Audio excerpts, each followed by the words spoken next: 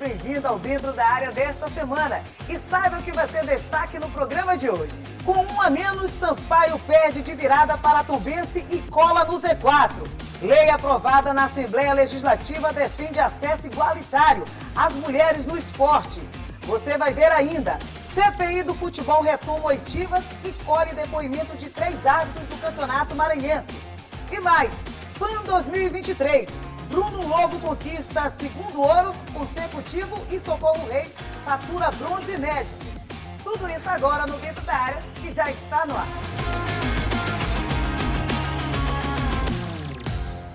Bem-vindo, gente, Dentro da Área já começando. A gente já chama aqui meu querido amigo Gregório Dantas. Greg, seja bem-vindo. E aí, Dani, beleza? Tudo certinho, final de semana? Acompanhou muito esporte? Acompanhei. Tudo. Tudo. Final de Libertadores, Sim. Jogos Pan-Americanos. E mais importante de tudo, Ponte Preta e Avaí. Ponte Preta e Avaí. Foi tenso. Foi tenso, mas eu precisava assistir, né? Por conta do nosso Sampaio correr, tive que assistir. Mas eu sei que a gente não começa com isso hoje, né? Com certeza, a gente começa o programa com o Giro da Área. Destaque para os maranhenses no kitesurf, Socorro Reis e Bruno Lobo, que garantiram o pódio nos Jogos Pan-Americanos lá em Santiago, no Chile. Vamos acompanhar.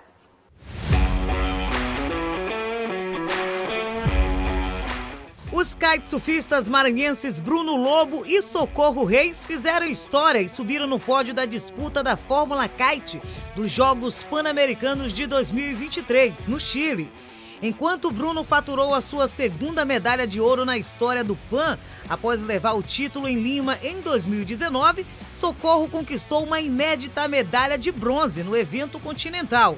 Principal atleta de kitesurf das Américas e dono de 6 títulos brasileiros, Bruno foi dominante no PAN 2023, desde a fase classificatória, quando venceu 15 das 16 regatas disputadas e carimbou o passaporte para a final com antecedência.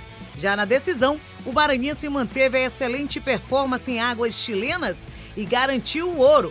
Socorro Reis teve uma trajetória de regularidade na modalidade, atingindo o top 4 em 15 das 16 regatas disputadas, com destaque para a vitória na 13ª regata. Após ficar em 4º lugar na fase classificatória, a maranhense teve um excelente desempenho na regata da medalha, subiu na classificação e ficou com bronze. Agora busca a tão sonhada vaga nas Olimpíadas 2024 no começo do próximo ano. O maranhense Caio Borralho fez valer a luta em casa e venceu o russo Abusmagomedov por decisão unânime. Caio se movimentou bastante para evitar ser presa fácil para os golpes do adversário. Ao longo da disputa, o brasileiro cresceu na luta, conseguindo conectar bons cruzados e diretos, em uma luta contra o russo claramente mais cansado e lento. Na reta final, Caio acertou uma linda joelhada. No último round, Caio Borralho trabalhou mais a mão da frente e buscou bons chutes de canhota. Com o resultado, o maranhense alcançou a 5ª vitória seguida no UFC, de desafio Dricos du Plessis, segundo no ranking dos médios. De volta, giro bem bacana. Pela primeira vez na história, a Socorro Reis garantiu um pódio no kitesurf na modalidade feminina. Sim. O Bruno garantiu o bi, que já é o 2º ano consecutivo que ele vence e garante o ouro, e a Socorro garantiu o bronze. Verdade. Resultados espetaculares, sensacionais, mas nada fora do que a gente já esperava, né? Até porque o Bruno Lobo é o grande nome do esporte, do kitesurf em todo o continente americano, né? E a Socorro Reis é a melhor do Brasil. São 2 atletas, vou chamar a Socorro Reis de maranhense, apesar dela ter nascido do Piauí, mas ela é radicada no Maranhão há muitos e muitos anos, treina aqui, inclusive, na praia ali do Olho d'Água, também Praia do Meio, ali naquela mistura de praias aqui de São Luís, nosso litoral aqui da ilha de São Luís. Então, ela é maranhense. E, amigos, o Bruno Lobo foi campeão novamente. Tinha sido campeão em 2019, como a Dani falou, né, no nosso Giro da Área, lá em Lima, no Peru. E agora ele ganhou em Valparaíso, no Chile, porque as competições aquáticas foram disputadas em Valparaíso, né? Na Praia del Quisco, né? Praia del Quisco, lá em Valparaíso, onde meu amigo Rubenilson já fez várias férias lá em Valparaíso, lá no Chile, né? Passou lá, você também, né? Que eu sei. Sim, com certeza. Exatamente. Então, O Bruno Lobo se sagrou campeão aí, mais um ouro, bicampeão pan-americano, bem bacana. Socorro Reis conseguiu a medalha de bronze e trocando de chip, mudando de assunto, parabéns a Caio Borralho, lá nossa, perto da gente ali, viu, Vinícius? Ali do Turu, Caio Borralho. O Turu estava em festa lá no sábado à noite ali, de noite, vamos de noite, começo da madrugada. De noite, começo da madrugada. Começo da madrugada. Caio Borralho derrotou o russo Magomedov, rapaz, por pontos e engatou a sua 5ª vitória seguida no UFC, que é a competição de MMA mais importante do planeta Terra. Parabéns ao Caio Borralho, parabéns à família dele. O cara tem futuro, viu? Tem sim. É. E a gente sempre aqui dá torcida pelo Caio Borralho. Agora a gente vai falar de CPI do futebol. Na última reunião da CPI das apostas foram ouvidos 3 árbitros que apitaram o Campeonato Maranhense. Acompanhe na reportagem. Durante a sessão, os deputados da comissão ouviram 3 árbitros que atuaram em partidas do Campeonato Maranhense, todos na condição de testemunhas. O primeiro a ser ouvido foi José Henrique de Azevedo Júnior, que atua como árbitro profissional desde 2014. Ele afirmou ser correto o método de escolha dos árbitros para as partidas e não considera que tenha favorecimento por parte da comissão responsável. Considera a arbitragem maranhense livre de manipulação de resultados e não avaliou como estranhos os resultados de partidas sob suspeita, nem o comportamento dos jogadores. Em seguida, foi a vez do árbitro Clay Randall Freitas Aires, que atua há 5 anos no futebol maranhense. Ele também disse que acha correta a forma como os árbitros são escolhidos pela comissão para as partidas, apesar de não saber detalhes do processo. E também considerou o trabalho livre de qualquer irregularidade e de manipulação, e não considera estranhos os resultados sob suspeita. O último a ser ouvido pelos deputados foi Maicon Matos Nunes, filho do presidente da Comissão de Arbitragem. Ele também considera a forma de escolha para os jogos como correta e livre de irregularidades. Afirmou que desconhece casos suspeitos, mas não respondeu a perguntas usando o direito de ficar em silêncio em casos que pudessem incriminá-lo, como quando questionado se considera justa a escolha dele para apitar finais do Campeonato Maranhense. Participaram da sessão os deputados Zé Inácio, Dr. Iglesio, Leandro Belo, Ricardo Arruda, além do relator Davi Brandão e do presidente da CPI, o deputado Osmar Filho. Hoje a comissão ouviu árbitros que atuaram em partidas que foram considerados suspeitas de manipulação de resultados.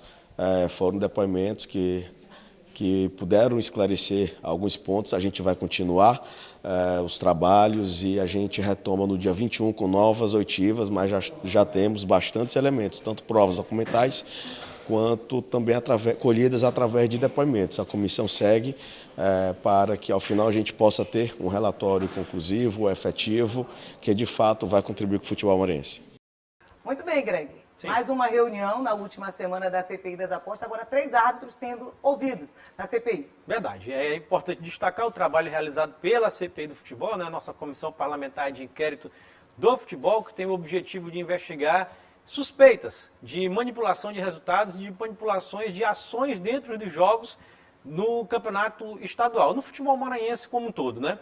E nós tivemos essas 3 oitivas, você pôde acompanhar aí, né, na reportagem. Foram ouvidos o árbitro, né, José Henrique de Azevedo Júnior, o Clay Randall Freitas Aires e também o Myron Matos Nunes, que é conhecido, né, como o melhor árbitro do futebol maranhense, né, na atualidade. Os 3 foram ouvidos, né, porque apitaram o Campeonato Maranhense de Futebol 2023.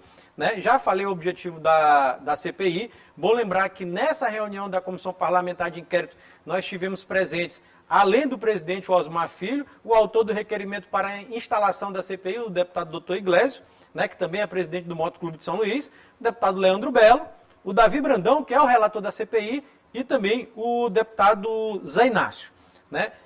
O deputado Dr. Iglesias, como você pode acompanhar na reportagem, ele até instigou, inquiriu e disse perceber algumas deturpações, né, vamos chamar assim, em algumas respostas dos árbitros. Alguns árbitros também se reservaram ao direito de não falar, né, que é o direito dele. constitucional de não responder as perguntas, e o doutor Iglesias foi mais incisivo, disse, rapaz, é melhor falar, né? Então, é bom a gente relatar isso.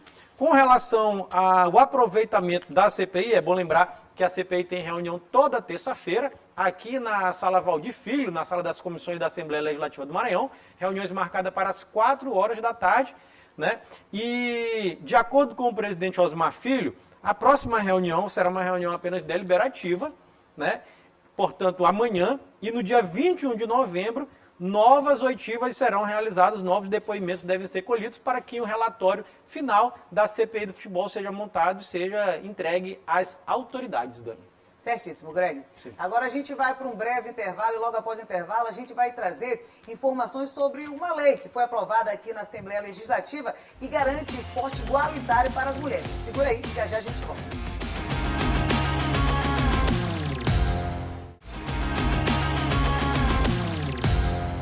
De volta com Dentro da Área, agora a gente vai falar sobre a lei de autoria do deputado Cláudio Cunha, que destaca o esporte igualitário para as mulheres. Acompanhe na reportagem. Regina se dedica todos os dias ao esporte que virou sua paixão, o atletismo. Ela se prepara para vencer as competições e os desafios da vida. Um deles é um preconceito que ainda existe com a mulherada que decide ser atleta profissional em modalidades ainda com predominância masculina. Campeã brasileira do Circuito Nacional Caixa da Confederação Brasileira de Atletismo e a 5ª melhor do país na Maratona de São Paulo, Regina destaca como o esporte mudou sua vida. É muito importante hoje a prática esportiva, principalmente depois desse período que a gente passou da pandemia, em que todo mundo precisa se cuidar mais, principalmente com não só a saúde, a parte física, mas a parte mental. Então, o fato da gente estar em convívio com outras pessoas, a gente conviver com essas pessoas, dialogar, isso tudo ajuda muito, né? A mulher do esporte em si, para mim, é muito incrível tudo relacionado, porque o esporte, ele na minha vida, eu tive um retorno muito grande com ele, né? Eu tive retorno não só na parte financeira, mas também eu tive um retorno como pessoa, né, por me tornar uma campeã brasileira e ser uma atleta maranhense, né, num esporte que realmente era muito masculinizado. A gente vê muitos homens na corrida de rua e poucas mulheres, mas o público ele vem crescendo. Com o passar dos anos, a gente vem vendo que as assessorias têm crescido bastante, o incentivo dessas assessorias com as mulheres, mas mesmo assim ainda é preciso ter mais apoio. No Maranhão, a desigualdade entre homens e mulheres no esporte foi pauta no Parlamento Estadual. Uma lei de autoria do deputado estadual Cláudio Cunha defende o acesso igualitário a mulheres de todas as idades às práticas esportivas, além de outras políticas públicas que incentivem e promovam a participação feminina no esporte. Entre as propostas da lei estão a oferta de capacitação continuada às mulheres atletas, a ampliação da representatividade feminina nos cargos técnicos e diretivos do esporte estadual e nacional e entre as equipes de arbitragens, e também a lei defende ainda a inclusão de mulheres com deficiência, o respeito à diversidade e o combate à dependência química por meio do esporte. A ex-jogadora de basquete Ziane Castro, nome de grande destaque no esporte, ressalta a importância da lei que valoriza a participação das mulheres também no cenário esportivo. Temos o entendimento que sim, podemos estar ali, que foi um lugar, como já falei antes, que nos foi negado por muito tempo, mas que hoje podemos sim sermos técnicas, dirigentes esportivas, professoras de basquete, professoras de esporte em geral, e ocupar esses lugares do esporte brasileiro que vai muito além das arquibancadas de torcedoras. Nós precisamos realmente estar dentro desse contexto, porque homens e mulheres fazem parte dessa construção coletiva. E hoje essa disparidade de homens e mulheres, ela precisa ser reduzida para que realmente a gente possa ter um esporte mais justo e igualitário. De volta, muito importante Sim. Essa lei aprovada, Greg, de incentivo ao esporte de forma igualitária, tanto para homens e mulheres. Muito legal. É verdade, Dani. Inclusive, foi uma lei aprovada aqui na Assembleia Legislativa no mês de agosto, né? E já sancionada pelo governador Carlos Brandão. Né? É bom destacar que é uma proposição objetiva que, entre outros temas, visa fomentar e criar condições para o acesso igualitário à prática esportiva por meninas, adolescentes, mulheres adultas, idosas e mulheres com deficiência, aliando também a valorização da diversidade do esporte, combatendo o estereótipo de gênero. Importantíssimo, né? Nós sabemos que as mulheres, infelizmente, sofrem preconceito no nosso cenário de Brasil, no nosso cenário de Nordeste, no nosso cenário de Maranhão é pior ainda, né? Se a gente for reduzindo aqui, afunilando a nossa conjuntura atual, as mulheres sofrem muito preconceito, algumas vivendo dupla, tripla, quádrupla jornada, né? E com os seus direitos muito abaixo do que é possível se oferecer e aceitar, né? Inclusive, tema da redação do Enem, né, de ontem, o Enem realizado ontem, domingo, foi justamente os cuidados que são invisibilizados das mulheres. Isso, os cuidados que as mulheres têm com dupla, tripla, quádrupla jornada e muitas vezes são invisíveis, né? Na verdade, praticamente todas as vezes invisíveis. Então, assim, uma lei importantíssima que visa fomentar o esporte e incentivar as mulheres à prática de esporte. Você pode acompanhar na reportagem aí da Milena, né? Isso.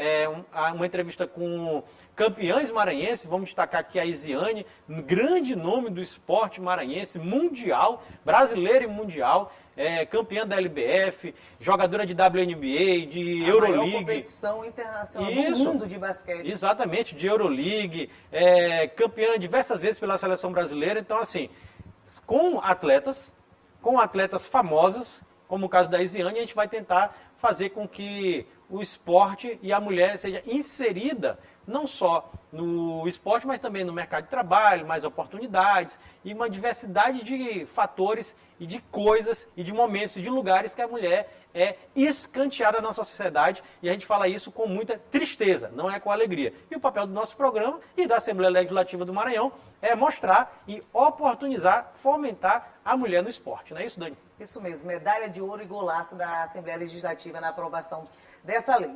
E a gente vai agora para o intervalo. Logo após o intervalo, a gente vai falar de futebol aqui no Dentro da Área. O Sampaio perdeu mais uma e se complicou na Série B 2023. Já depois do intervalo.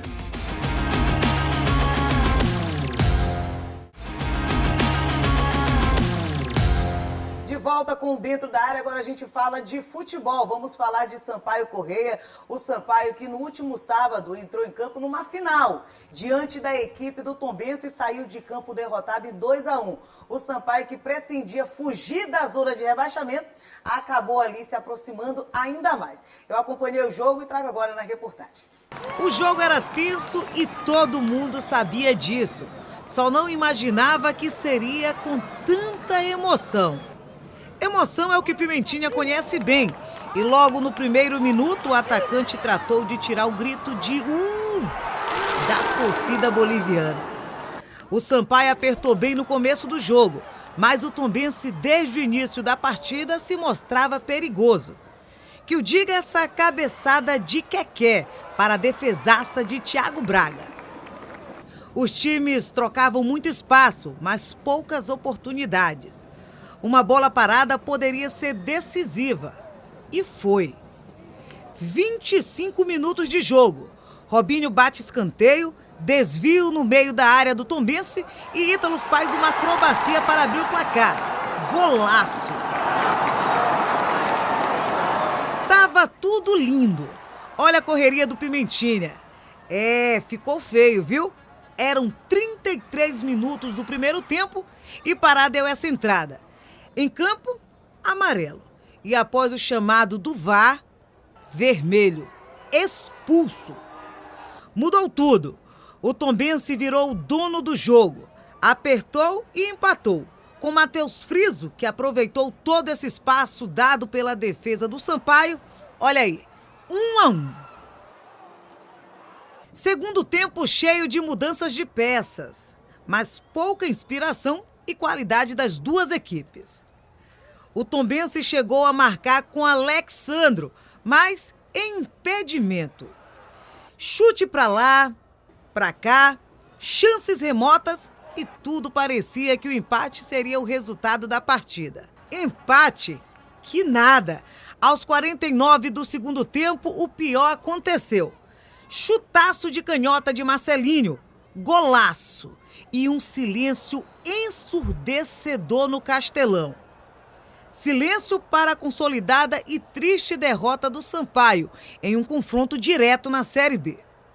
O Sampaio só volta a campo agora no próximo sábado diante da equipe do Ituano.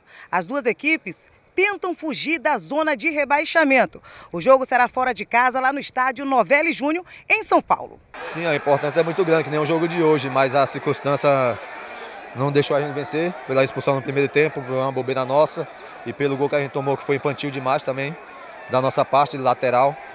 Mas agora trabalhar, esfriar a cabeça para tentar reverter esse resultado lá contra o Ituano. Greg, Oi. A gente acompanhou aí nessa Que reportagem. Fala aí, vai, fala. Sampaio namorando a zona de rebaixamento? Namorando. Eu não vou dizer que casou, né, como você me disse maldosamente nos bastidores. Sampaio não casou ainda. Sampaio está namorando, infelizmente, viu, torcedor tricolor? Essa camisa aqui, ó, vermelha, bonita, do Sampaio aqui, ó, tá agora arriscadíssima a despencar. Mas não é despencar do nosso varalzinho bonitinho, não. Aí seria o de menos, né? Que a gente ia lá, juntava e botava de novo. Isso. Ela pode despencar para a Série C do Campeonato Brasileiro, que seria uma tragédia para o futebol maranhense, mas especificamente para o Sampaio Corrêa. Porque estamos no ano de centenário do Sampaio Corrêa, 1923-2023.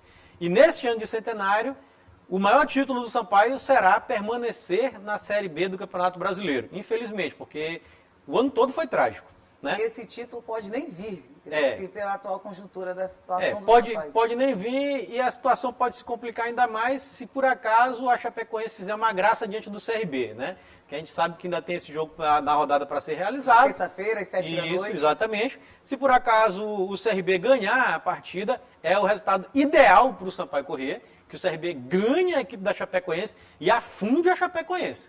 Né? Porque nesse momento, o Sampaio é o primeiro time fora da zona de rebaixamento, né, com 36 pontos. A Ponte Preta está na zona de rebaixamento, justamente pelo jogo que eu estava assistindo, Avaí e Ponte Preta. Né, e a Ponte Preta importante para o Sampaio. Conseguiu perder em casa. É outro time horrível, a Ponte Preta. Conseguiu perder em casa. Isso foi um resultado bom para o Sampaio. Outro resultado bom também foi a derrota do Ituano, né, porque fez o Ituano não se descolar ali daqueles times que estão brigando verdadeiramente contra a queda, contra o rebaixamento para a Série C do Campeonato Brasileiro. Falando especificamente do jogo, do Sampaio contra a Tombense, que é o que interessa, que você mostrou aí, Dani, na sua matéria, o Sampaio Corrêa fez um gol, um belo gol, um golaço, na verdade, do senhor Ítalo, né, mostrando mais uma vez a sua capacidade de fazer gol, a importância de ter um centroavante. Há 4 jogos não marcava, voltou a marcar. Isso, Sampaio. Exatamente, fez um belo gol, o Ítalo, um gol importante para o Sampaio Corrêa. Só que aos 35 ou 38 minutos do primeiro tempo, o Pará foi expulso. E foi expulso, ao meu ver e ao ver, nos olhares de todo mundo, inclusive da TV, que tem o direito de transmissão do jogo. E as imagens do VAR. E as imagens do VAR, todos os comentaristas de arbitragem do Brasil, injustamente. O Pará foi expulso injustamente. E eu vou além, porque foi um erro grave. Porque o árbitro viu, ele viu completamente o lance. Não é aquele lance de que ele não viu o lance. Não é um lance que ele estava de costa. Não é um lance rápido. Ele viu completamente o lance. E mesmo assim o VAR foi acionado, chamou o árbitro, e o árbitro indicou o árbitro. É para vermelho. E não é para vermelho. Não era para vermelho. Não era para vermelho. É claro, isso, claríssimo. Era uma falta. Alguns dão amarelo. Não era chance clara de gol para ter tido um vermelho. Não, nada. E na súmula foi colocado que ele entrou com a trava da chuteira no pé do jogador. Não foi. Foi o calcanhar. Não foi, justamente. Exatamente. E o árbitro na súmula foi lá, errou. Equivocadamente, errou e prejudicou muito a equipe do Sampaio Corrêa. Mas muito a equipe do Sampaio Corrêa. E logo depois, 3 minutos depois, o Sampaio sofreu o gol do Matheus Friso, numa bobagem absurda da defesa do Sampaio, que pegou um gol de lateral. Não existe. Pegou um gol de lateral, o Matheus Friso aproveitou a bobeira da defesa e fez o gol da equipe da Tombense. Fez o 1-1. O jogo terminou 1-1 no primeiro tempo. No segundo tempo nós tivemos, Dani, um ataque contra a defesa. Foi. Sampaio pressionado o jogo inteiro. E, aliás, Sampaio brigando pelo empate. Sim. E feliz com o empate. Feliz. No atual momento daquele segundo tempo. Estava muito feliz com o empate. Com o goleirão do Sampaio fazendo cera, inclusive, né, para bater tiro de meta e tudo. E estava conseguindo levar o empate. Só que, nos acréscimos... Para variar, Tombense, assim como nos últimos dois jogos, nos minutos finais. Isso, nos acréscimos do segundo tempo, o senhor Marcelinho, que tinha entrado no segundo tempo, acertou um chute impossível. É aquele chute que ele não vai acertar. Mas se ele não vai acertar, ele acertou... Aquele famoso pombo sem asa? Isso. A bola bateu no travessão e foi gol da Tombense. Nem do Thiago Braga foi. Não, ali não tinha condição. E foi gol da Tombense. Esse resultado foi trágico. Foi uma balde de água fria em toda a torcida do Sampaio, no elenco do Sampaio, comissão técnica do Sampaio, diretoria do Sampaio. E é para ficar preocupadíssimo. Inclusive a torcida, mais uma vez, na saída temos os relatos aqui. Do gramado, da torcida, dos jogadores em campo, arremessou e foi logo justamente na saída do árbitro. Isso, e o senhor... Eu quase fui atingida, quero lembrar, viu? Com as garrafas de água da torcida do Sampaio. E o senhor árbitro baiano, Emerson Ricardo de Almeida Andrade, colocou na súmula. E ele colocou na súmula que a torcida do Sampaio jogou as garrafas de água na comissão, no trio de arbitragem, nos jogadores da Tombense e nos jogadores do Sampaio. O que pode não prejudicar tanto... E na imprensa, porque eu estava lá também. Exato. E o que pode não ter, só que está em súmula. E o que pode não prejudicar tanto o Sampaio? É que o delegado da partida, o Itamar Souza Ferreira, informou que 3 torcedores foram conduzidos e identificados. Sim. E vão ser responsabilizados pelos atos. Isso aí pode aliviar a barra para o Sampaio, porque assim, o Sampaio poderia perder mando de campo. Né? Você sabe que jogar, arremessar... Como já aconteceu nessa Série B 2 vezes. Isso, você poderia perder mando de campo. Não vai perder, provavelmente, porque identificou os torcedores. Quando é identificado, né, a gente sabe que o STJD entende de outra forma. Então assim, o Sampaio pode ter essa barra aliviada para um jogo do futuro, que é um jogo importantíssimo diante do Avaí, né, que é o penúltimo jogo. Só que tem o seguinte, tem o próximo, né? O próximo é contra o Ituano. Era aqueles 3 jogos que a gente dizia. Depois do Criciúma, são 3 jogos diretos. O Sampaio tinha que fazer o dever de casa. O primeiro ainda não fez. O Sampaio simplesmente agora tem Ituano fora de casa no próximo sábado. Um jogo de vida ou morte. Lembrando que o Ituano está 1 ponto à frente do Sampaio. Né? Eu não sei mais nem dizer... Fora de casa, lá do Alberto Júnior. Eu não sei nem dizer mais se o empate é bom resultado. Porque teoricamente era para ser. Sim. Para estar fora de casa contra o Ituano. Você está fora da zona de rebaixamento, só que nesse cenário não é mais. O Sampaio precisa ganhar a equipe do Ituano fora de casa. Depois tem um jogo contra o Avaí. Dentro de casa? Aí tem o seguinte, o Sampaio tem que torcer para o Avaí escapar logo. O Avaí vai ter que ganhar o próximo jogo, que é escapa logo, tá 42 pontos. Aí não vai... Aí não vem pra cima do Sampaio pra querer... O Avaí está praticamente livre, está com 42 pontos, até alguns dizem que 42 vai escapar. Mas eu acho que escapa. Se o Avaí fizer pelo menos 1 ponto, ou ganhar o próximo jogo, é ideal para o Sampaio correr, porque o Avaí entra em campo contra o Sampaio correr no penúltimo jogo já totalmente livre. E até porque o último jogo do Sampaio é contra o Sport, que não está querendo subir. Isso, tem um problema aí, porque o Sport, que a gente esperava, a gente estava esperando, né, que chegasse nessa última rodada, o Sport já... Tranquilo, ali, só que o Sport está fazendo graça. Né? Não quer subir. E aí vai chegar na última rodada precisando de uma vitória, justamente contra o Sampaio lá na Ilha do Retiro, aí o bicho pega, meu amigo. Então o Sampaio tem que fazer sua parte, contra o Ituano e contra a equipe do Avaí em casa. Se esperar o último jogo, para mim o Sampaio cai. E a gente sabe que nesse jogo vai ser fora de casa, no próximo sábado, às 3h30 da tarde, Sim. diante do Ituano lá no Novelli Júnior. Não vai contar com o goleiro Luiz Daniel, o Thiago continua no gol do Sampaio Corrêa. Pimentinha vai ser avaliado. Tem que jogar. Vai ser avaliado. Tem que jogar. A gente não sabe se Pimentinha vai, tem que jogar. Mas tem que jogar. Pará não joga, foi expulso. Pará não joga, já é. E o Ícaro. Que pegou o 3º cartão amarelo. Ou seja, o Sampaio já vai... Vai com 1, 2, 3 desfalques certos, né? Pará, Ícaro e Luiz Daniel. E três titulares, né? Então o Sampaio deve ter ali o Thiago no gol, né? Sim. Deve ter na lateral esquerda o Alisson ou o Vitinho, acredito que ele deve botar o Alisson, né? E na zaga, Gustavo Henrique deve fazer a defesa, né? A defesa ali ao lado do Rafael Jansen. E no ataque, o Pimentinha tem que jogar. Bom, chegamos a uma situação que é o seguinte. São 3 jogos de vida ou morte. Ele tem que jogar os 3 jogos. Tem que jogar contra o Ituano, tem que jogar contra o Avaí aqui e tem que viajar para Pernambuco. pode ser, eu não quero que... Eu vou até torcer para que isso aconteça. Se o Sampaio ganhar a equipe do Ituano, que eu acho praticamente impossível, eu tô pessimista demais, né? Não é pessimista não, é a situação do Sampaio. Não mas é assim, se ganhar a equipe do Ituano e se ganhar o Avaí, que são os 2 próximos jogos, com o Avaí em casa já livre do rebaixamento, o Avaí já escapou, no né? terceiro a gente libera o Pimentinha. Pode ser. É isso que eu ia dizer. Pode ser que nem precise do Pimentinha para esse, porque o Sampaio pode ser que já esteja livre, ganhando esses 2 jogos. É claro que, a partir desse momento, o Sampaio vai começar verdadeiramente a depender de resultado. Agora, por exemplo, já depende do jogo de amanhã. Se a Chapecoense ganhar, a Chapecoense bota o Sampaio na zona de rebaixamento. Sim. Então o Sampaio vai ter que agora depender de adversários. Torce para o CRB, torce pela Chapecoense perder os jogos tudinho daqui para frente, para a Ponte Preta perder. E assim o Sampaio pode até escapar. E apesar dessa torcida, o Sampaio ainda depende só dele. Só dele. Depende só dele se o CRB não perder da Chapecoense. Se o CRB perder, o Sampaio passa a não depender só dele.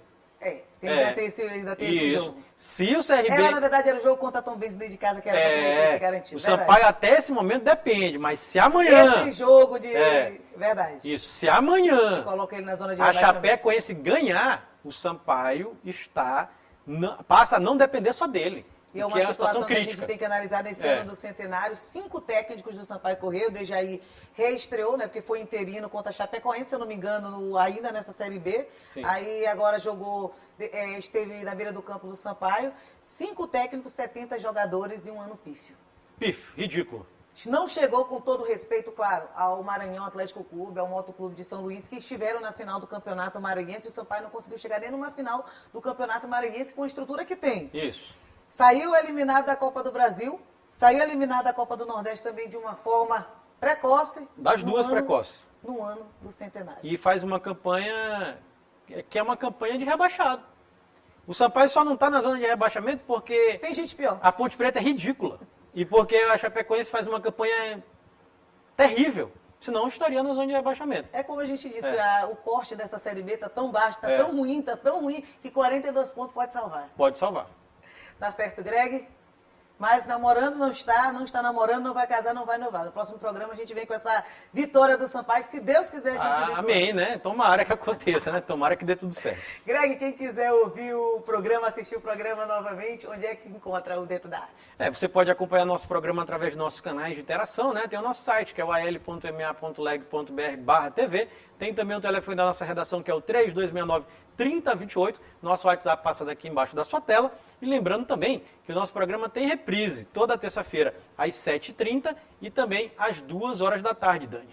Tá certo. Greg, muito obrigada. Tamo junto, a gente se encontra no próximo programa. Gente, tchau, tchau. Até a próxima oportunidade. Tchau, até mais.